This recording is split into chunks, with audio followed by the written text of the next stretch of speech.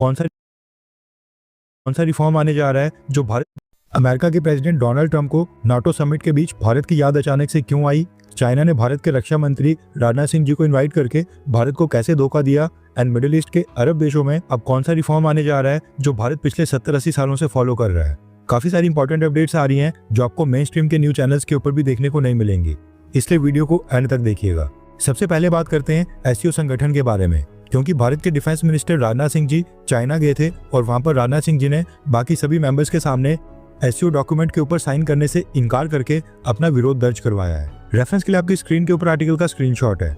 SCO में Iran, Russia, Pakistan, China और central Asia के कुछ देश शामिल हैं जो एक समय पर सोवियत यूनियन का हिस्सा हुआ करते थे। अब देखा जाए तो यह संगठन पूरी तरह से एंटी अमेरिका और एंटी इजराइल है और most of the times SCO के अंदर वही होता है जो रशिया या फिर चाइना चाहते हैं। इस बार ऐसा लग रहा है कि रशिया ने भी भारत का साथ नहीं दिया है और चाइना पाकिस्तान के साथ मिलकर अपनी मनमानी कर रहा था, जिसके चलते राजनाथ सिंह जी को ऐसा स्टेप उठाना पड़ा। अब हुआ क्या कि चाइना में एससीओ कंट्रीज के डिफेंस मिनिस्टर्स की आज एक मीटिंग थी और इस मीटिंग के बाद सभी एससीओ डिफेंस मिनिस्टर्स की तरफ से एक ज्वाइंट स्टेटमेंट डॉक्यूमेंट दुनिया के सामने रिलीज किया जाना था, जिसके ऊपर सबके साइन होने थे। भारत के डिफेंस मिनिस्टर ने कहा कि ये जो ज्वाइंट स्टेटमेंट आनी है इसमें पहलगाम हमले, आतंकवाद और स्पेशली क्रॉस बॉर्डर टेररिज्म को कंडेम करते हुए इस चीज को मेंशन किया जाए।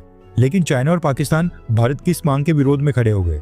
अब भारत एग्जैक्टली क्या वर्ड इस ज्वाइंट स्टेटमेंट में डलवाना चाहता था यह भी सामने नहीं आया है, लेकिन भारत चाहता था कि पहलगाम हमला, आतंकवाद और क्रॉस बॉर्डर आतंकवाद ये तीनों चीजें मेंशन हो, लेकिन चाइना एंड पाकिस्तान माने नहीं।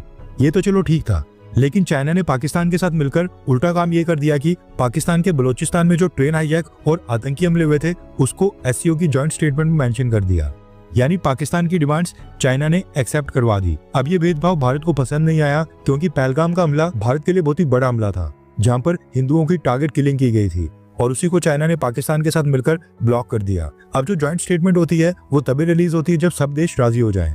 अब क्योंकि भारत अपनी मांगों के ऊपर अड़ गया था, इसलिए चाइना ने जो बाकी देशों के साथ मिलकर ज्वाइंट स्टेटमेंट बनाई थी जिसमें भारत की चीजें मेंशन नहीं की गई थी, हमारे रक्षा मंत्री राजनाथ सिंह जी ने उसको भी साइन करने से इनकार कर दिया, जिसके बाद अब एससीओ डिफेंस मिनिस्टर की जो ज्वाइंट स्टेटमेंट आनी थी वो अब इस मीटिंग के बाद रिलीज नहीं होगी। अगले महीने एससीओ कंट्रीज के फॉरेन मिनिस्टर्स यानी कि विदेश मंत्रियों की मीटिंग है। अगर वहां भी सेम यही चीज होती है और चाइना पाकिस्तान के साथ मिलकर भारत को ब्लॉक करता है तो फिर भारत के प्रधानमंत्री मोदी सितंबर महीने में होने वाले एससीओ समिट के लिए शायद ही चाइना जाएं, क्योंकि चाइना क्रॉस बॉर्डर आतंकवाद और पहलगाम हमले के ऊपर पाकिस्तान को फुल डिप्लोमेटिक सपोर्ट दे रहा है। बायलैटरल लेवल के ऊपर चाइना पाकिस्तान को सपोर्ट करना है करे, लेकिन एससीओ के मंच के ऊपर भी पाकिस्तान को पूरा समर्थन दे रहा है। एक बीच का ग्राउंड भी नहीं निकाला जा रहा है। अब देखा जाए तो भारत सरकार अपनी तरफ से चाइना में अपने नेशनल सिक्योरिटी एडवाइजर को भेज रही है। डिफेंस मिनिस्टर को भेजा गया, अगले महीने भारत अपने विदेश मंत्री को भी चाइना भेजने वाला है, लेकिन चाइना सामने से भारत के एफर्ट्स को रेसिप्रोकेट नहीं कर रहा है। नेक्स्ट अपडेट आ रही है नीदरलैंड से, जहां पर नाटो समिट हो रहा था और यहां पर हिस्सा लेने के लिए अमेरिकन प्रेसिडेंट डोनाल्ड ट्रंप भी आए थे। इसी समिट में डोनाल्ड ट्रंप ने अगेन भारत पाकिस्तान सीजफायर करवाने का दावा किया और कहा कि मैंने दोनों देशों के बीच एक बहुत ही बड़े न्यूक्लियर वॉर को रुकवा दिया, एंड इसके लिए मैंने भारत और पाकिस्तान दोनों से सलाह की कि अगर वो आपस में लड़ते हैं और ये लड़ाई आगे भी जारी रखते हैं तो अमेरिका उनके साथ ट्रेड डील साइन नहीं करेगा। और ये सुनने के बाद दोनों ही देश यानी कि भारत और पाकिस्तान मान गए और युद्ध रोक दिया। ये लिटरली कोई 35 से 40वां बार होगा जब डोनाल्ड ट्रंप ने भारत पाकिस्तान सीजफायर का क्रेडिट खुद ही लिया है, एंड अब नाटो समिट में भी ये पॉइंट उठा दिया जहां पर इसकी कोई नीड भी नहीं थी।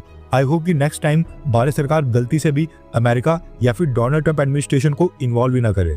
नेक्स्ट अपडेट आ रही है रशिया और भारत को लेकर। दरअसल रशिया के विदेश मंत्री सर्गेई लावरोव ने अगेन रिक संगठन को रिवाइव करने की मांग की है। रिक संगठन में रशिया, इंडिया और चाइना आते हैं और गलवान घाटी की घटना से पहले रिक देशों के बीच कई सारी मीटिंग्स होती थी। तीनों कंट्रीज के बीच मिनिस्ट्री लेवल के ऊपर कॉपरेशन चलती रहती थी। सर्गेई लावरोव ने कहा कि वो उम्मीद करते हैं कि भारत और चाइना के बीच सब कुछ ठीक हो और रिक लेवल के ऊपर ट्राइलेटरल मीटिंग्स वापस से शुरू की जाए। सर्गेई लावरोव ने आगे कहा कि भारत और चाइना के बॉर्डर्स के ऊपर चीजें अब पहले से बेहतर हो रही हैं, इसलिए रिक संगठन की मीटिंग्स को दोबारा शुरू किया जाना चाहिए। वैसे रिक कंट्रीज की मीटिंग रोकने का फैसला भारत का था और गलवान घाटी की घटना के बाद भारत ने मीटिंग्स रोक दी थी, और जब तक चाइना भारत के साथ फुली कोऑपरेट नहीं करता हमें रिक को दोबारा से रिस्टार्ट नहीं करना चाहिए। आज एससीओ कंट्रीज के डिफेंस मिनिस्टर्स की मीटिंग में जो चाइना ने किया वो साफ दर्शाता है कि चाइना अभी भी लाइन के ऊपर नहीं आया है। जहां तक बात है रशिया की, तो हम रशिया के साथ बायलैटरल लेवल के ऊपर रिलेशंस को स्ट्रॉन्ग करने के लिए पूरी तरह से तैयार है। नेक्स्ट अपडेट आ रही है भारत और अमेरिका को लेकर। रेफरेंस के लिए आपकी स्क्रीन के ऊपर स्क्रीनशॉट है। दरअसल अमेरिका की भारत में एम्बेसी ने अगेन आज फिर से एक स्टेटमेंट रिलीज की है, जिसमें भारत के वीजा एप्लीकेंट से कहा गया है कि जो वो सोशल मीडिया की डिटेल्स उनके साथ शेयर कर रहे हैं वो बस करंट सोशल मीडिया साइट्स की डिटेल्स नहीं देनी है, बल्कि उस एप्लीकेंट ने पिछले 5 साल में कौन कौन से सोशल मीडिया अकाउंट्स यूज किए हैं, 5 सालों के दौरान उसकी सभी प्रोफाइल्स और यूजर नेम्स शेयर करने हैं। अगर 5 साल की सोशल मीडिया डिटेल्स शेयर नहीं की गई तो वीजा एप्लीकेशन रिजेक्ट कर दी जाएगी। यूएस एम्बेसी का कहना है कि उन्होंने ये क्राइटेरिया अमेरिका की नेशनल सिक्योरिटी को सुनिश्चित करने के लिए किया है। इसके बाद नेक्स्ट अपडेट आ रही है सीबीएसई यानी कि central board of secondary education को लेकर। सीबीएसई ने अनाउंस किया है कि नेक्स्ट एकेडमिक ईयर 2026 से 10th क्लास में 2 बार बोर्ड एग्जाम्स होंगे। पहले बोर्ड एग्जाम्स फरवरी महीने में होंगे और अगले बोर्ड एग्जाम्स मई महीने में होंगे। फरवरी मंथ वाले बोर्ड एग्जाम्स मैंडेटरी होंगे यानी वो देना कंपलसरी होगा और वो सभी स्टूडेंट्स को देने होंगे, उसमें कोई भी चॉइस नहीं है। लेकिन जो मई मंथ के सेकंड बोर्ड एग्जाम्स होंगे वो ऑप्शनल होंगे। जिन भी स्टूडेंट्स को अपने स्कोर को इम्प्रूव करना है, जो पहले एग्जाम में कुछ सब्जेक्ट्स में फेल हो गए हैं, वो स्टूडेंट नेक्स्ट यानी कि मई महीने वाले बोर्ड एग्जाम्स में रीअपेयर हो सकते हैं। फरवरी वाले बोर्ड एग्जाम्स का रिजल्ट अप्रैल महीने में आएगा और मई महीने वाले बोर्ड एग्जाम्स का रिजल्ट जून मंथ में अनाउंस होगा। इसके अलावा भी सीबीएसई ने और कई सारी कंडीशंस अनाउंस की हैं जो आप उनकी वेबसाइट के ऊपर देख सकते हैं। सीबीएसई का कहना है कि स्टूडेंट्स के ऊपर से प्रेशर रिलीज करने के लिए ही उन्होंने इस तरह से 2 बार बोर्ड एग्जाम्स करवाने का फैसला किया है और ये केवल 10th क्लास के बोर्ड एग्जाम्स के लिए ही होगा। वैसे आपको क्या लगता है कि ये 2 बार बोर्ड एग्जाम्स का रूल लाना क्या ये स्टूडेंट्स के लिए सही है? हाँ या फिर ना, नीचे कमेंट करके अपनी राय जरूर बताएं। नेक्स्ट अपडेट आ रही है ईरान से। दरअसल ईरान से न्यूज निकल कर आ रही है कि सीजफायर खत्म होने के बाद अभी तक ईरान रेवोल्यूशनरी गार्ड्स और ईरान की सिक्योरिटी फोर्सेस देश के अंदर इजराइल की इंटेलिजेंस एजेंसी मोसाद के एजेंट्स को पकड़ने के ऊपर सारा जोर दे रहे हैं। हैरानी वाली बात यह है कि ईरान की सिक्योरिटी फोर्सेस ने अभी तक 700 से भी ज्यादा लोगों को अरेस्ट कर लिया है जिनके इजराइल की इंटेलिजेंस एजेंसी मोसाद के साथ लिंक्स हैं। ये वर्ल्ड का सबसे बड़ा इंटेलिजेंस फेलियर माना जा रहा है। 700 से भी ज्यादा मोसाद एजेंट्स पकड़े जाने के बाद भी ऑपरेशन अभी तक बंद नहीं हुआ है और अभी और भी अरेस्ट हो रहे हैं, जिसके बाद ईरान की इंटेलिजेंस एजेंसीज पर ही सवाल खड़े हो रहे हैं। नेक्स्ट अपडेट आ रही है बांग्लादेश से। दरअसल बांग्लादेश से न्यूज निकल कर आ रही है कि बांग्लादेश की इंटीम गवर्नमेंट शेख हसीना के समय बांग्लादेश में चुनाव कंडक्ट करवाने वाले चीफ इलेक्शन कमिश्नर्स को अरेस्ट करने लगी है। कुछ दिन पहले former chief election commissioner Nurul Huda को अरेस्ट किया गया था एंड अब काजी हबीबुल अवाल को अरेस्ट किया गया है। ये दोनों ही शेख हसीना के समय बांग्लादेश में चुनाव करवाते थे और चीफ इलेक्शन कमिश्नर थे। इंटीम गवर्नमेंट का कहना है कि ये लोग शेख हसीना के समय इलेक्शंस में धांधली करवाते थे और शेख हसीना की अवामी लीग पार्टी को सपोर्ट करते थे।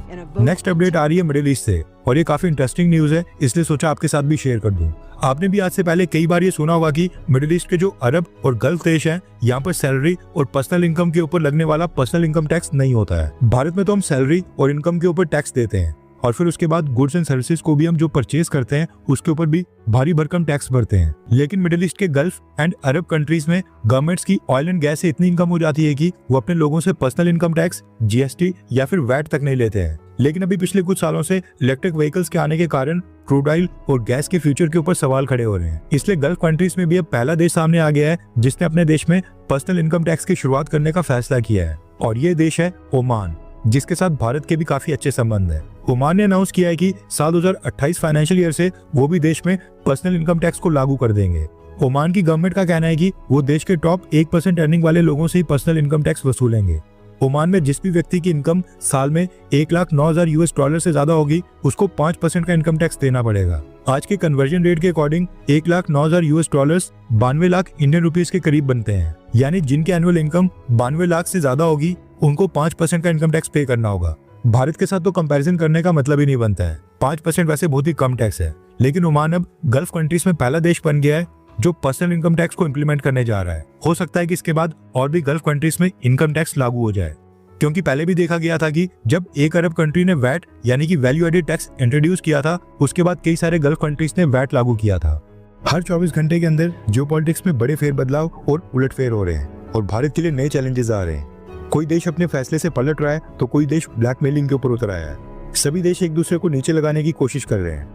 इन सब के बीच हमारा भारत किसी भी देश से पीछे न रह जाए, इसके लिए मोदी सरकार लगातार कोशिशें कर रही है।